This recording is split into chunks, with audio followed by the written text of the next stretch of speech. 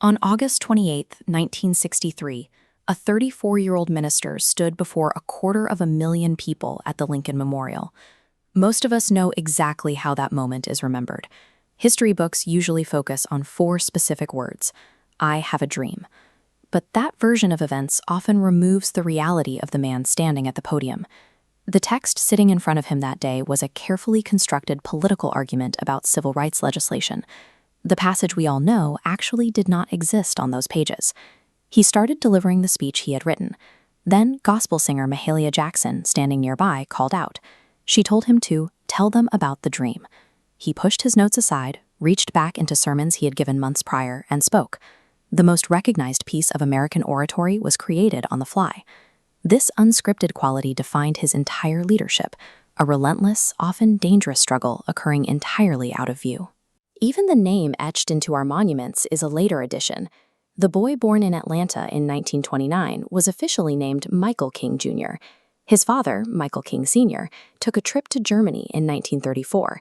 He returned so moved by the legacy of the 16th century Protestant reformer Martin Luther that he legally changed both of their names.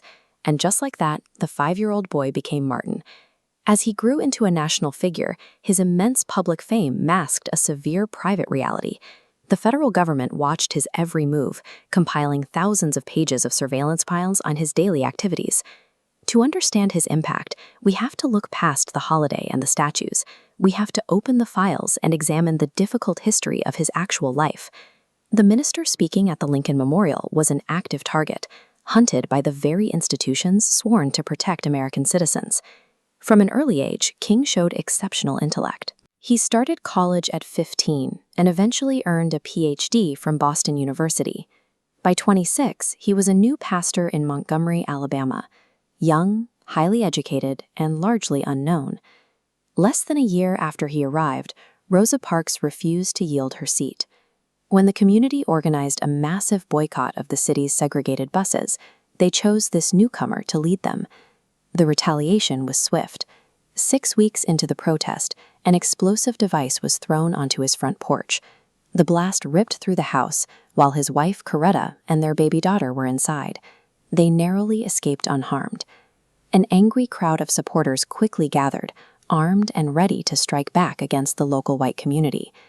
King stepped out onto the damaged porch and addressed them. He told the men to put away their weapons. He argued that violence would only validate their attackers' fears. He told his followers that the only response to hatred of this magnitude was love. That night proved he possessed an extraordinary level of personal restraint. It solidified the strategy of disciplined resistance that would successfully sustain the 381-day bus boycott and break systemic segregation across the South. Over the next decade, King led a movement that repeatedly exposed the brutality of racist policies. Young people sitting quietly at lunch counters while crowds poured food on them shifted public opinion in a way no political debate could, forcing the federal government to draft the Civil Rights Act. Yet, behind closed doors, FBI Director J. Edgar Hoover viewed King as a supreme threat. Operating without credible evidence, Hoover initiated a massive covert operation targeting King under the COINTEL program. Agents tapped King's phones and planted listening devices in his hotel rooms.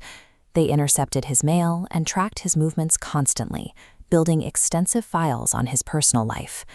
The Bureau then took an extreme step. Just 1 month after King was awarded the Nobel Peace Prize, the FBI sent him an anonymous package. It contained purported surveillance tapes and a letter heavily implying that he should end his own life to prevent public exposure. King knew exactly who sent it. He endured hostile mobs on the streets, while federal law enforcement deployed psychological warfare against his private life, and he refused to stop his work. By 1965, he turned his attention to ballot access.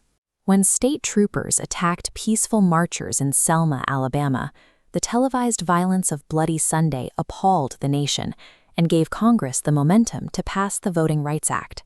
But King continued to evolve. By 1967, he began speaking out against the Vietnam War, connecting the domestic civil rights struggle to broader issues of global militarism. He also began organizing the Poor People's Campaign, planning to bring thousands of impoverished citizens of all races to Washington, D.C. to demand fair wages and economic equity.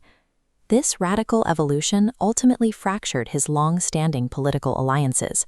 By challenging the military and economic foundations of the establishment, he drew the anger of the very leaders who had previously supported him. In April 1968, King traveled to Memphis, Tennessee.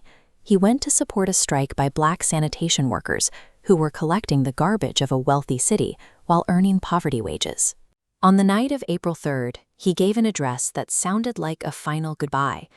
Acknowledging the daily threats against him, he told the crowd he had been to the mountaintop and seen the promised land, noting that he might not get there with them. The next evening, he stepped onto the second-floor balcony of the Lorraine Motel. A single rifle shot struck him in the jaw. At 39 years old, Martin Luther King Jr. was dead. The man who had spent his adult life preaching peace and restraint was gone, and the country exploded in grief. Riots erupted in over 100 American cities, resulting in dozens of deaths. To quell the unrest, the government deployed 35,000 federal troops to American streets, marking the largest domestic military mobilization since the Civil War. In just 13 years of public life, his campaigns dismantled legal segregation in the United States. The Civil Rights Act of 1964 and the Voting Rights Act of 1965 exist as direct results of his strategic organizing. His methods provided a roadmap for fighting oppression worldwide, from the anti-apartheid movement in South Africa to the solidarity strikes in Poland, and young protesters standing against troops in Beijing, and a deep, unspoken exhaustion. He kept moving forward because of one unyielding belief. He argued, "The arc of the moral universe is long, but it ultimately bends towards justice." That is the truth we should remember. King lived as a man defined by relentless pressure and ultimate sacrifice, a weight he bore to force the nation's conscience to catch up